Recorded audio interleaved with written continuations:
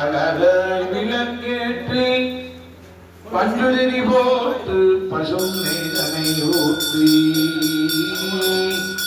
குங்குமத்தால் ஒத்திட்டு கோலமஞ்சள் தானமிட்டு பூமாலை சூடுகின்றோம் திருமகளே,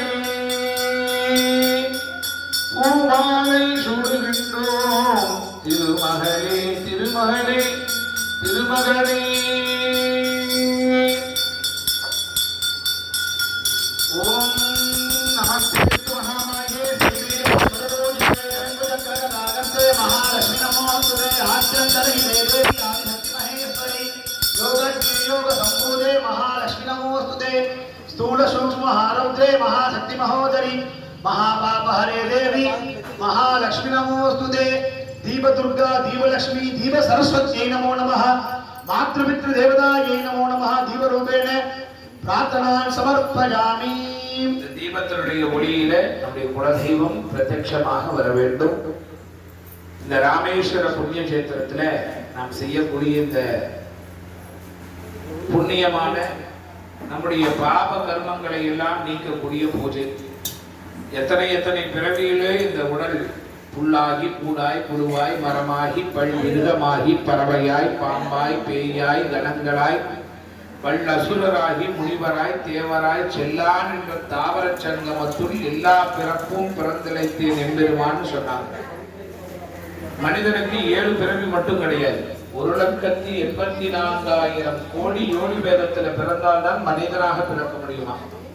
அப்படி பிறந்து இறைவனை அடையலைன்னா மறுபடியும் மனித பிறவி எடுப்போம். அதுபோல பல பிறவிகளிலே செய்த கர்மங்களை எல்லாம் போக்கக்கூடியதுதான் இந்த ராமசேது என்று சொல்லக்கூடிய புண்ணிய கஷேத்திரம்.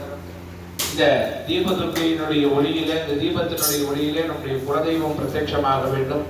குலதெய்வம் நமக்கு சகல விதமான அனுகிரகங்களை தர வேண்டும் என்று சொல்லி எல்லாரும் கையெடுத்து குலதெய்வத்தை மனதார பிரார்த்தனை பண்ணிக்கோங்க.